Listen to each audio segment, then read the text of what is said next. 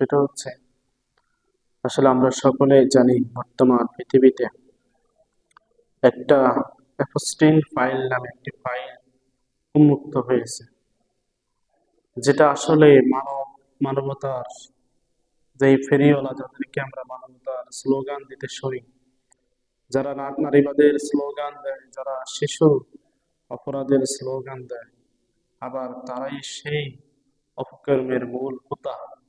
আজকে আমি আপনাদের সম্মুখে কোরআন ও হাদিসের আলোকে আসলে ইসলামী মানবতা বলতে কি বোঝায় এবং বর্তমান পৃথিবীর যে মানবতা সে সম্পর্কে আলোকপাত করার চেষ্টা করবো। আমার তৌফিক ইল্লাহ বিল্লাহ।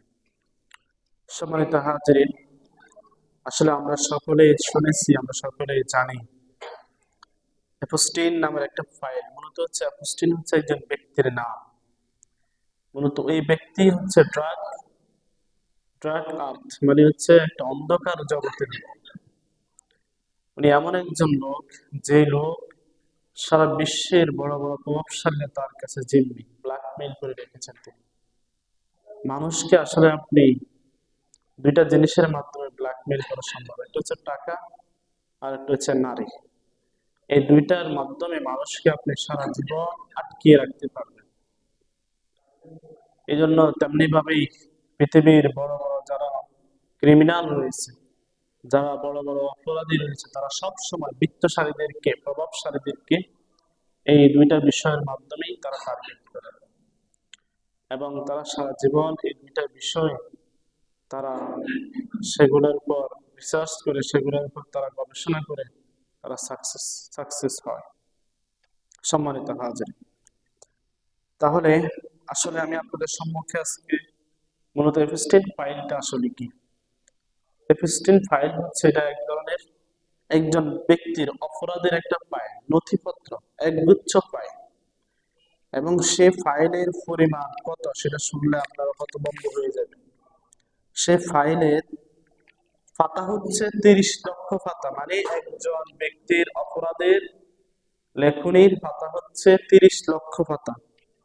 এবং সেখানে ছবি রয়েছে 1,80,000 ছবি রয়েছে এবং 2,000 ভিডিও প্রকাশ করা হয়েছে সেই অ্যাপস্টিন ফাইলের মধ্যে, যেখানে বিশ্বের বড় বড় প্রভাবশালী, বড় বড় রাষ্ট্রপতি, বড় বড় যারা আমরা যাদেরকে আমরা আইডল মনে করি, যারা আমাদেরকে মানব সভ্যতার সবক দেয়, যাদেরকে আমরা সভ্য মনে করি, যাদেরকে আমরা উন্নত শিখরে মনে করি, তাদের নাম সেখানে মধ্যে রয়েছে।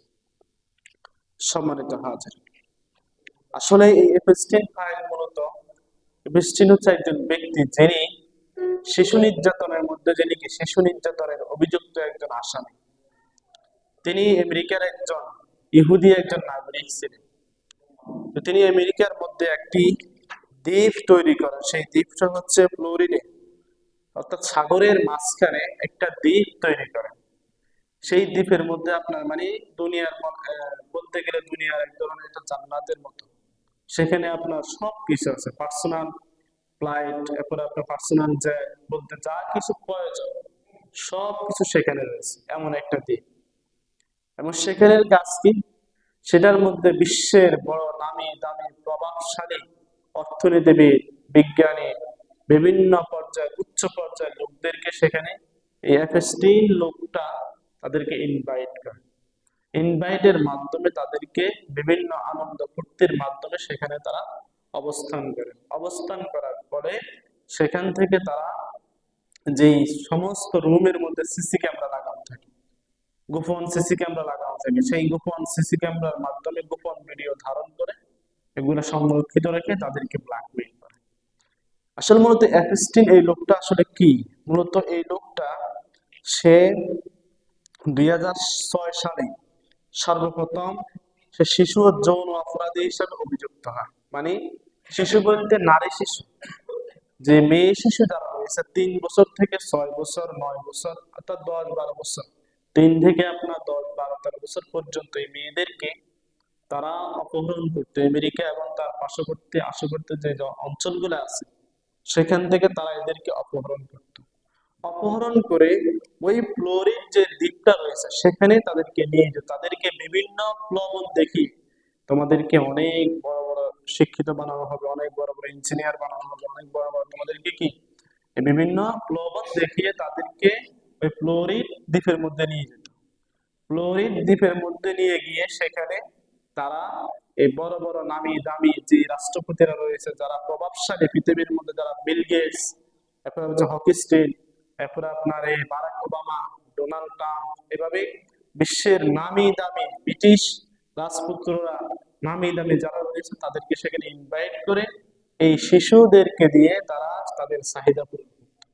শুধু চাহিদা পূরণ করতো, এটার মধ্যে যদি সীমাবদ্ধ থাকতো তারপরেও হতো। কিন্তু এরা এমন কাণ্ড করত, 2009 সালে 2009 সালে একটা মেয়ে মেক্সিকোতে একটা হোটেল থেকে একটা মেয়ে বের হয়েছে, চিৎকার করে বলতেছে সেখানে খুব অমানবিক, সেখানে খুব মানে অমানবিক আচরণ চলতেছে, অমানবিক কাজ চলতেছে, যেটা আপনারা মাথার মধ্যে কল্পনা করতে পারবেন।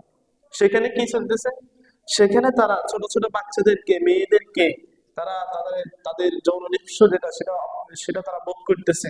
এবং এই ছোট ছোট বাচ্চাদেরকে, কচি কাঁচা বাচ্চাদেরকে তারা স্মেল করে তারা কাবাব বানিয়ে তাদের ভক্ষণ করতেছে। আলহামদুলিল্লাহ, চিন্তা করেন মানে কতটা মন মানসিকতা তাদের নষ্ট হয়ে গেলে, বিকৃতি হয়ে গেলে তারা এরকম কাজ করতে পারে। ওই মেয়ে 2009 সালে মেক্সিকোর মেয়েটা, তখন সে বলতেছে ভিতরে এমন অমানবিক কাজকর্ম চলতেছে যেটা আপনারা কল্পনা করতে পারবেন। তারা ছোট্ট ছোট্ট শিশুদের, নারী শিশুদের তারা হত্যা করত, যৌন চাহিদা পূরণের কারণে হত্যা করত। হত্যা করার পরে তাদের যে ময়লা, মলদ্বারের যে ময়লাগুলো আছে সেগুলো তারা খেয়ে মানে আপনার তারা উৎসব করত। এরপরে যে সমস্ত মেয়েরা প্রেগনেন্ট হয়ে যেত তাদেরকে জবাই করে, তাদের পেট কেটে, বাচ্চা বের করে, ভ্রূণ বের করে সেটাকে তারা কাবাব বানিয়ে, সেটাকে তারা ভাজি করে সেটা খাইতো, ভক্ষণ করতো। চিন্তা করেন মানে কতটা নিকৃষ্ট, কতটা মস্তিষ্ক বিকৃতি হলে একজন মানুষ এগুলা করতে পারে। এরকম শুধু মানে এইরকম এই ঘটনাগুলা যেগুলো আপনার নিউজের মধ্যে আসছে, যেগুলো আপনার নথির মধ্যে আসছে, এরকম মানে লৌহ লৌহ লৌহবর্ষ ঘটনা এগুলো আসছে। আরো তো কত বাদ গেছে সেটা বলা যায় না। বললাম না 30 লক্ষ পাতা হয়েছে তার এই অপরাধের, ক্রাইম জগতের নথিপত্রে প্রায় 30 লক্ষ পাতা। সম্মানিত হাজির, তাহলে চিন্তা করেন যারা আমাদেরকে মানবতা শিখায়, যারা আমাদেরকে নারীবাদ শিখায়, যারা আমাদেরকে শিশু অধিকার শিখায়, তাদের যদি এই অবস্থা হয়, যাদেরকে আমরা পূজা করি, যাদের আমরা আইডল মনে করি, তাদের যদি এই অবস্থা হয়, তাহলে আমরা কোন জগতের মধ্যে বসবাস করতেছি? তারা হচ্ছে শয়তানের একটা জগতের মধ্যে তারা আমাদেরকে নিয়ে যাইতেছে। এবং তারা দাজ্জালের যে জগৎ, দাজ্জালের যে মুভমেন্ট, দাজ্জালের যে পরিবেশ, সেটা তারা এখন থেকেই তৈরি করতেছে।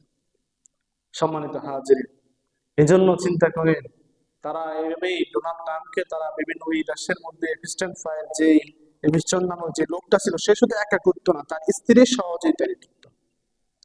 তার স্ত্রীর সহযোগিতার মাধ্যমে সেই অপকর্মগুলা, সেই কাজগুলা সেই ওই দ্বীপের মধ্যে সেখানে করত। এবং 2009 সালের পরবর্তীতে তাকে একই অপরাধে 2019 সালে তাকে সেখান থেকে এই নারী শিশু অধিকার হরণ, শিশু নির্যাতনের অপরাধে তাকে গ্রেপ্তার করা হয়। গ্রেপ্তার করার পরে তাকে কয়েকবার গ্রেপ্তার করা হয়েছিল, কিন্তু তার প্রভাবশালী লোকেরা তাকে ছেড়িয়ে নিয়েছে। তো 2019 সালে যখন তাকে গ্রেপ্তার করা হয়, গ্রেপ্তার করার পরে সে তাকে কারাগারের মধ্যে বন্দী করা হয় 2019 সালে। পরে সেখান থেকে তার মৃতদেহ সেখান থেকে বের করা হয়, মিডিয়ার মধ্যে ছড়ানো হয় সে আত্মহত্যা করেছে। আসলে মূলত এই আত্মহত্যাটা নিয়েও একটা রহস্যজনক ঘটনা রয়েছে। আত্মহত্যাটা রহস্যজনক ঘটনা কি, সেখানে যে সিসি ক্যামেরা আছে, সমস্ত সিসি ক্যামেরা চেক করে দেখেছে, সকল সিসি ক্যামেরা ঠিক আছে, শুধু একটা সিসি ক্যামেরা যেখানে এফ15 ছিল, সেই সিসি ক্যামেরার মধ্যে 1 মিনিটের ভিডিও কাট করা হয়েছে, মানে 1 মিনিটের ভিডিও সেটা খুঁজে পাওয়া যায়। সেই প্রশ্ন আজও রয়ে গেছে। তাহলে এটা বোঝা যায় প্রভাবশালীদের, যারা এই ডোনাল্ড, যাদের এই ব্ল্যাকমেইল করেছিল, যাদেরকে সে ভিডিও ধারণ করেছিল, ছবি তুলে রেখেছিল, তাদের অপকর্মগুলো দেশে স্বীকার করে, তাহলে তারা সবাই বিশ্বের কাছে অপমানিত হয়ে যাবে। এই জন্য তাকে তারা হত্যা করেছে। সম্মানিত হাজির, তাহলে এবার চিন্তা করেন তাদের মন মানসিকতা, তাদের কতটা নিচু মন মানসিকতা, ততটা ব্রেন, মস্তিষ্ক বিকৃত গেলে একজন মানুষ এগুলো করতে পারে। একজন যারা মিলেনিয়ার, মিলেনিয়ার হচ্ছে যার লাখ কোটি কোটি টাকা আছে, সে হচ্ছে মিলেনিয়ার। যার মিলেনিয়ার, সে গাড়ি ঘোড়া কিনে, সে পার্সোনাল জেট কিনে, পার্সোনাল বিমান কিনে, পার্সোনাল হেলিকপ্টার কিনে, পার্সোনাল বাংলার কিনে, পার্সোনাল দ্বীপ কিনে। কিন্তু যারা মিলেনিয়ার, তারা মানুষের গোস্ত খায়, মানুষের মাংস খায়, মানুষকে জবাই করে, মানুষের জবাই করে, মানুষের গোস্ত স্মেল করে কাবাব করে খায়। সম্মানিত হাজির, এজন্য আল্লাহ রাব্বুল আলামিন বলেন, আম তাহসাবু আন্না আকসারাহুম ইয়াসমাউনা আও ইয়াকিলুনা ইনহুম ইল্লা কাল আনআমি বাল হুম আদাল্লু সাবিলা। আল্লাহ রাব্বুল আলামিন বলেন, আম তাহসাবু আন্না আকসারাহুম, তুমি কি মনে করো তাদের অধিকাংশই শুনে, অধিকাংশই বুঝে? আপনি কি ধারণা করেন, আম তাহসাবু, আপনি কি মনে করেন, আপনি কি ধারণা করেন, আন্না আকসারাহুম, তাদের অধিকাংশই, ইয়াসমাউনা, শুনে, আও ইয়াকিলুনা, অনুধাবন করে, ইন ইন ইনহুম ইল্লা কাল আনআমি বাল হুম আদাল্লু সাবিলা, বরং না, তারা তো চতুষ্পদ জন্তুর মতো, তারা তো চতুষ্পদ প্রাণীর মতো, বরং তারা তার চেয়ে আরো বেশি বিপদগামী। সম্মানিত হাজির, তারা, আল্লাহ বলছেন কি, তারা, তাদের অবস্থা হচ্ছে এমন, আপনি মনে করেন হয়তো তারা শোনে, তারা অনুধাবন করে, তারা বুঝে, আসলে না, তারা শুনেও না, বুঝেও না। তাদের মাথা, তাদের মস্তিষ্ক এতটা বিকৃত হয়ে গিয়েছে যে তারা সেটা বুঝতেও পারে না। তাদের মস্তিষ্ক পশুর চেয়ে নিকৃষ্ট হয়ে গিয়েছে। চিন্তা করেন, কোন মানুষের পক্ষে কি এরকম করা সম্ভব? একটা মানুষ হয়ে মানুষের গোস্ত ভক্ষণ করে, মানুষের রক্ত খায়, মানুষের মলমূত্র এগুলা খায়, এরপরে এগুলা নিয়ে তারা আনন্দ করে, উৎসব করে। সম্মানিত হাজির, তাহলে আমাদের দেশে যারা নারীবাদী স্লোগান দেয়, আমাদের দেশে যারা আমাদেরকে মানব সভ্যতা শিখাতে আসে, আমাদের দেশে যারা শিশুর অধিকার নিয়ে আমাদেরকে কথা বলে, তাহলে চিন্তা করেন তারা কার এজেন্ডা বাস্তবায়ন করতে চায়? মূলত তাদের উদ্দেশ্য, মিশন, ভিশন একটাই, তারা পুরা বিশ্বকে ধ্বংস করবে, পুরা বিশ্বকে দাজ্জালের অনুসারী হিসেবে তৈরি করবে, পুরা বিশ্বকে তারা দাজ্জালের নিয়ন্ত্রণে নেওয়ার জন্য তারা চেষ্টা করতেছে। আজকে যদি সেম কাজ কোন হুজুর, কোন আলেম, কোন ইসলামিক স্কলার করতো, তাহলে চিন্তা করেন তো ডোনাল্ড ট্রাম্প কি করতো, আমেরিকা যুক্তরাষ্ট্র তারা কি করতো, ব্রিটিশরা কি করতো? তারা বলতো ওই দেশে মানবাধিকার নাই, ওই দেশে শিশুর অধিকার নাই, ওই দেশে তারা কি যুদ্ধ বিগ্রহ লাগিয়ে দিত, তারা ওই দেশকে ধ্বংস করে দিত। চিন্তা করেন। আর আজকে সেম কাজ কাফের, মুশরিক, ইহুদির বাচ্চারা করে, কিন্তু তাতে কোনো সমস্যা নাই, তাতে কোনো অপরাধ নেই। এবার আমি আপনাদেরকে সেম একটা ঘটনা শুনে, 2001 সালে আফগানিস্তানে একবার, আফগানিস্তানের মুজাহিদ, যারা মুজাহিদদের হাতে হাতে একজন ব্রিটিশ সাংবাদিক, এই, কথা বলে, চুপচাপ বসে থাকো, কথা বলিও। 2001 সালে আফগানিস্তানের মুজাহিদদের কাছে একজন ব্রিটিশ নারী সাংবাদিক বন্দী হয়েছিল। সে প্রায় 11 দিন পর্যন্ত, তার নাম হচ্ছে ইভান রেডলি। সে একজন কি খ্রিস্টান, ইভান রেডলি। সে 2001 সালে আফগানিস্তানের মুজাহিদদের হাতে বন্দী ছিল প্রায় 11 দিন। 11 দিন পর্যন্ত আফগানিস্তানের মুসলিম মুজাহিদদের কাছে সে বন্দী ছিল 11 দিন। এরপরে যখন তাকে ওই কারাগার থেকে বের করা হয়েছিল, তাকে মুক্ত করা হয়েছিল, তাকে ছেড়ে দেওয়া হয়েছিল, ছেড়ে দেওয়ার পরে সে 2002 সালে তার মেয়েকে নিয়ে সারা পৃথিবী ভ্রমণ করে, আফগানিস্তান সহ সারা পৃথিবী সে ভ্রমণ করে। ভ্রমণ করার পরে 2003 সালে সে ইসলাম ধর্ম গ্রহণ করে। ইসলাম ধর্ম গ্রহণ করার পরে তাকে জিজ্ঞেস করা হয়েছিল, আপনি ইসলাম ধর্ম কেন গ্রহণ করেছেন? তখন সে বলল, আমি আফগানিস্তানে আল্লাহকে দেখেছি, আফগানিস্তানে আমাদের সৃষ্টিকর্তা রবকে দেখেছি। বলেন না সুবহানাল্লাহ। সম্মানিত হাজির, এরপরে সে একটা বই লিখেছিল, যে বইটা সারা পৃথিবীর মধ্যে সবচেয়ে বেস্ট একটা বই ছিল, in the land of Taliban, তালেবানের শাসিত দেশ, তালেবানের শাসিত দেশ। সম্মানিত হাজির, তাহলে চিন্তা করেন, আমাদের মুসলিমদের নিকট, আমাদের মুজাহিদদের নিকট একজন ব্রিটিশ মেয়ে, একজন ব্রিটিশ নারী সাংবাদিক কতটা নিরাপদ ছিল। এই জন্য আল্লাহ রাব্বুল আলামিন বলেন, ওয়ালাকাদ কাররামনা বানি আদম, আমি বনি বনি আদমকে সম্মানিত করেছি, আমি বনি আদমকে মর্যাদা দিয়েছি, আমি বনি আদমকে আমি সবচেয়ে বেশি সম্মানিত করেছি। আপনি আমাদের ইসলামের ধর্মের দিকে তাকিয়ে দেখেন, ইসলাম ধর্মের মতো কোন নারীকে, কোন শিশুকে, কোন মানুষকে এতটা সম্মানিত করা হয়নি। ইসলাম ধর্মে একজন মানুষ জীবিত অবস্থা যেভাবে সম্মানিত, মৃত অবস্থা সেভাবে সম্মানিত। আর অন্যান্য ধর্মে তো জীবিত অবস্থায় তো যা আছে আছে, মৃত অবস্থা তো আরো বেহাল দশা। হিন্দু ধর্মে মৃত অবস্থায় কোনো ব্যক্তি মারা গেলে, কোনো কিছু মারা গেলে তাকে লাঠি দিয়ে পিটে হাড় গুলা ভাঙে, ভাঙি লাঠির ভিতরে ঢুকিয়ে তারপর তাকে পুড়িয়ে আগুনে গঙ্গার দেয়। আর আমাদের মুসলমান ধর্মে, ইসলাম ধর্মে দেখেন একজন মানুষ মারা যাওয়ার পর তাকে সুন্দর করে গোসল করে। বলে ইসলাম ধর্মে মৃত অবস্থায় যেভাবে পর্দা করা ফরজ, জীবিত অবস্থায় যেভাবে পর্দা করা ফরজ, মৃত অবস্থায় পর্দা করা ফরজ। জীবিত অবস্থায় আপনি যেভাবে তার সতরের দিকে তাকাতে পারবেন না, মৃত অবস্থায় তার সতরের দিকে তাকানো যাবে না, হারাম, কবিরা গুনাহ। চিন্তা করেন, তাকে কি সুন্দর করে গোসল করায়, কি সুন্দর পোশাক পরিধান করায়, কি সুন্দর তার জানাজা হয়, দোয়া হয়, কি সুন্দর ভাবে আবার তাকে দাফন কাফন করা হয়। সম্মানিত হাজির, তাহলে কারা আমাদেরকে মানবতা শেখায়? তাহলে আমরা কাদেরকে আমরা পূজা করি, কাদেরকে আমরা সভ্যতার আইডল মনে করি, কাদেরকে আমরা আইকন মনে করি? এরা মূলত একটা কথা আছে গ্রাম অঞ্চলে, সোরের মার বড় গলা। তারা সব সময় পৃথিবীর সবচেয়ে আকাম কুকাম অপরাধ সব করে, কিন্তু আবার বড় বড় গলায় আমাদেরকে সভ্যতার সবক দেয়। বড় গলায় আমাদেরকে, তারা আবার আমাদেরকে বিভিন্ন ন্যায় নীতি ইনসাফের কথা বলে। সম্মানিত হাজিরিন, এজন্য আমাদেরকে সাবধান থাকতে হবে। এজন্য আমাদেরকে এই ইহুদি এবং খ্রিস্টান আমেরিকার চক্রান্ত থেকে আমাদেরকে বেঁচে থাকার জন্য চেষ্টা করতে হবে। এই সম্পর্কে আল্লাহ রাব্বুল আলামিন পবিত্র কালামুল্লাহ শরীফের অন্য সূরার মধ্যে বলেন, আফা হুকমাল জাহিলিয়াতি ইয়াবগুনা ওয়া মান আহসানু মিনাল্লাহি হুকমান লিকাওমিন ইউকিনুন। আল্লাহ রাব্বুল আলামিন বলেন, তোমরা কি তবে কি তোমরা জাহিলিয়াতের যুগের ফয়সালা চাও? তোমরা জাহিলিয়া যুগে যেরকম সিস্টেম ছিল, ফয়সালা ছিল, হুকুম ছিল, বিচার কার্য ছিল, তোমরা কি সেটা তালাশ করো? ইয়াবগুনা, তালাশ করো, সেটা চাও? ওমান আহসানু মিনাল্লাহি হুকমান, অথচ আল্লাহ রাব্বুল আলামিনের বিচার, আল্লাহ রাব্বুল আলামিনের ফয়সালা কত না উত্তম, কত না আল্লাহ রাব্বুল আলামিনের ফয়সালা কত না দরকারি ছিল। লিকাওমি ইউকিনুন, তাদের জন্য যারা আল্লাহর বিধানের প্রতি বিশ্বাস করে, যারা আল্লাহর বিধানের প্রতি ইয়াকিন রাখে, তাদের জন্য আল্লাহ রাব্বুল আলামিনের বিধান কত সুন্দর, কত দানকারী, কত বড় সুন্দর বিষয়। সম্মানিত হাজির, এই জন্য আমরা অনেকে আছি জাহিলদের কাছে আমরা বিচার তালাশ করি, জালেমদের কাছে আমরা বিচার তালাশ করি। এই যারা বাটফা, সুদখোর, ঘুষখোর, দুর্নীতিবাজ, সাদাবাজ, তাদের কাছে আমরা বিচার তালাশ করি। জাহিলি যুগে তো এরকম ছিল।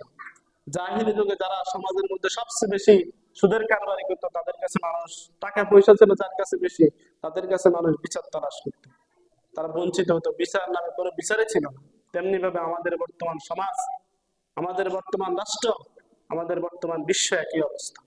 এজন্য আমরা যদি আল্লাহ রাব্বুল আলামিনের বিধানকে বাদ দিয়ে, কোরআন সুন্নাহকে বাদ দিয়ে, ইসলামের নীতি ইনসাফকে যদি আমরা বাদ দিয়ে, ন্যায় নীতিকে বাদ দিয়ে আমরা যদি জাহিলদের নিকট যদি আমরা বিচার তালাশ করি, জাহিলদের নিকট যদি আমরা ইনসাফ তালাশ করি, তাহলে এটা বোকা বিচার আর কিছুই নয়।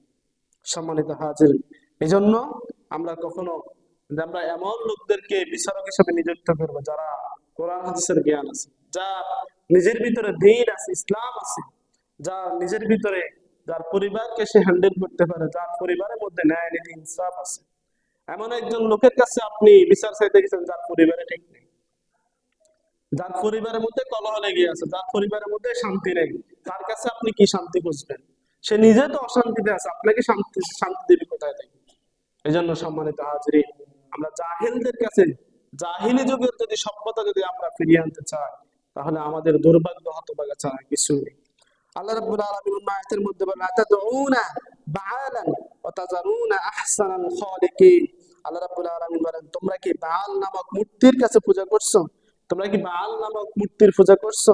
অথচ তাযারুনা আহসানাল খালিকিন, আল্লাহ রাব্বুল আলামিন তোমাদেরকে সৃষ্টি করেছেন, তাকে তোমরা পরিত্যাগ করছো। যিনি তোমাকে সৃষ্টি করেছেন, যিনি তোমাকে তোমার মায়ের গর্ভে ভূমিষ্ঠ করেছেন, তোমরা তাকে বাদ দিয়ে তোমরা কি বাল, বাল হচ্ছে একটা মূর্তির নাম, বাল, তোমরা বাল নামক মূর্তির কাছে কি তোমরা চাইতেছো? তার কাছে তোমরা কি ফয়সালা চাইতেছো? তার কাছে কি তোমরা তোমাদের সমাধান চাইতেছো? এই জন্য সম্মানিত হাজির, আমরা যদি আল্লাহ রাব্বুল আলামিনের কাছে না চাই, আল্লাহ রাব্বুল আলামিনের কাছে যদি আমরা মুখাপেক্ষী না হই, দুনিয়ার মানুষ, দুনিয়ার শয়তানের পূজারী হই, দুনিয়ার বিভিন্ন নাফরমানির মধ্যে যদি আমরা লিপ্ত হয়ে যাই, তাহলে আমরা নিজেরাই আমাদের ধ্বংস ডেকে আনবো। এরপরে আল্লাহ এরপর রাসূল আকরাম সাল্লাল্লাহু আলাইহি ওয়াসাল্লাম হাদিসের মধ্যে বলেন, ফাইন্না দিমাকুম ওয়া আমওয়ালাকুম ওয়া আরাদাকুম আলাইকুম হারামুন কাল হুরমাতি ইয়াউমিকুম হাযা ফি বালাদিকুম হাযা ফি শাহরিকুম হাযা। রাসূল আকরাম সাল্লাল্লাহু আলাইহি সাল্লাম বলেন, তোমাদের রক্ত, তোমাদের সম্পদ এবং তোমাদের মান ইজ্জত সবকিছু খর্ব করা তোমাদের উপর হারাম, যেমন এই শহরে এই মাসে আজকের দিনে এই অসম্মান করা হারাম। মুসলমানের জন্য, মুসলিম শাসক যারা হবে তাদের কাছে মুসলমানের সম্পদ, জান মাল সবকিছু নিরাপদ, সবকিছু একবার নিরাপদ থাকবে, কোনো ভয় ভীতি, কোনো অন্যায়, কোনো জুলুম, কোনো অত্যাচার, কোনো কিছুই সম্ভাবনা থাকবে না। এরপর রাসূল আকরাম সাল্লাল্লাহু আলাইহি সাল্লাম অন্য হাদিসের মধ্যে বলেন, আইয়ুহান নাস, হে মানুষ সকল, আলা ইন্না রাব্বাকুম ওয়াহিদুন ওয়া ইন্না আবাকুম ওয়াহিদুন, আলা লা ফাদলা লিআরাবিয়্যিন আলা আযামিয়্যিন ولا لعظامي ولا لعظامي على عربي ولا أحمر على أسود ولا أسود على أحمر إلا بالتقوى। খুব গুরুত্বপূর্ণ একটা হাদিস। রাসূল আকরাম সাল্লাল্লাহু আলাইহি ওয়াসাল্লাম, ইয়া আইয়ুহান নাস, হে মানুষ সকল, হে মানব জাতি, আলা ইন্না রাব্বাকুম ওয়াহিদুন, সাবধান, ইন্না রাব্বাকুম, নিশ্চয় তোমার রবের নিকট, ওয়াহিদুন, তোমরা সবাই এক, কে কালো কে ধনী, ফাইন্না আবাউকুম ওয়াহিদুন, তোমাদের পিতা, তোমাদের সবার পিতাও এক। কারণ আমরা আমাদের সকলে আদি পিতা কে? হযরত আদম আলাইহিস সালাম। আমাদের আদি পিতা কে? হযরত আদম আলাইহিস সালাম। তাহলে আমাদের পিতা এক কি না? আমাদের পিতা এক। আলা লা ফাদলুল আরাবি আলা আযামি, তোমাদের সবার পিতা, শুনে রাখো, অনারবের উপর আরবের কোনো মর্যাদা নেই। অর্থাৎ যারা আরবি রয়েছে এবং যারা অনারবি, যারা আরবি নয়, তাদের উপর তাদের কোনো মর্যাদা নেই, তাদের উপর তাদের কোনো ফজিলত নেই, তাদের উপর তাদের কোনো শ্রেষ্ঠত্ব নেই। লা ফাদলা লিল আরাবি আলা আল আযমি ওয়ালা লিল আযমি আলা আল আরবি, তেমনি ভাবে আরবির উপর আযমি, অর্থাৎ যারা আরবে বসবাস করে এবং যারা আমরা অনারবি রয়েছে, যারা আমরা আরবি জানি না, মূলত যারা আরব আমিরাতের মধ্যে বসবাস করে, আরব দ্বীপের মধ্যে, আরব এই মরুভূমির মধ্যে বসবাস করে, তারা এবং আমরা, আমাদের মধ্যে কোনো ব্যবধান নেই। অর্থাৎ আরবি অনারবি, অনারবি আরবি, দুজনের মধ্যে কোনো ব্যবধান নাই, কোনো শ্রেষ্ঠত্ব নাই, কোনো মর্যাদা নেই, অন্য কোনো ফজিলত, অন্য কোনো ফজিলত নেই। ওয়ালা আহমার আলা আসওয়াদিন, এবং যারা সুন্দর রয়েছে, যারা কৃষ্ণাঙ্গের রয়েছে, যারা কালো রয়েছে, যারা শ্বেতবঙ্গের রয়েছে, অর্থাৎ যারা সাদা এবং কালো। অনেকে দেখবেন সাদা কালোর মধ্যে পার্থক্য করে, তোমরা সাদা, তোমরা সুন্দর, তোমরা হচ্ছে অনেক ভালো, তোমরা হচ্ছে অনেক উন্নত। যারা এই আমেরিকানরা, পশ্চিমারা, তারা এই শরীরের বর্ণের কারণে, শরীরের কালারের কারণে তারা বিভিন্ন ভাগে বিভক্ত হয়ে যায়। কিন্তু আমরা মুসলমানরা, আল্লাহ রাসূল বলেন, তোমরা যারা শ্বেতাঙ্গ রয়েছে, যারা সাদা রয়েছে এবং যারা কালো রয়েছে, তাদের মধ্যে কোনো তফাৎ নেই। ওয়ালা আসওয়াদা আলা আহমারা, যারা সুন্দর রয়েছে, যারা কুৎসিত রয়েছে, তাদের মধ্যে কোনো তফাৎ নেই, তাদের মধ্যে কোনো ব্যবধান নাই, ইল্লা বিত্তাকওয়া, শুধু একটা জিনিস ব্যতীত। আপনি গরিব হন, দরিদ্র হন, আপনি রিকশাওয়ালা হন, আপনি ইঞ্জিনিয়ার হন, আপনি ব্যারিস্টার হন, আপনি উকিল হন, আপনি বাংলাদেশের সচিব হন, আপনি বাংলাদেশের প্রধানমন্ত্রী হন, যেই হন না কেন, আপনার আমার মধ্যে, মুসলমানের মধ্যে কোনো তফাৎ নেই, শুধু তফাৎ একটাই, ইল্লা তাকওয়া। কার মধ্যে কার আল্লাহর ভয় কত বেশি, কতটুকু আছে, সেটাই হচ্ছে একমাত্র তফাৎ, সেটাই হচ্ছে একমাত্র ব্যবধান, সেটাই হচ্ছে একমাত্র পার্থক্য।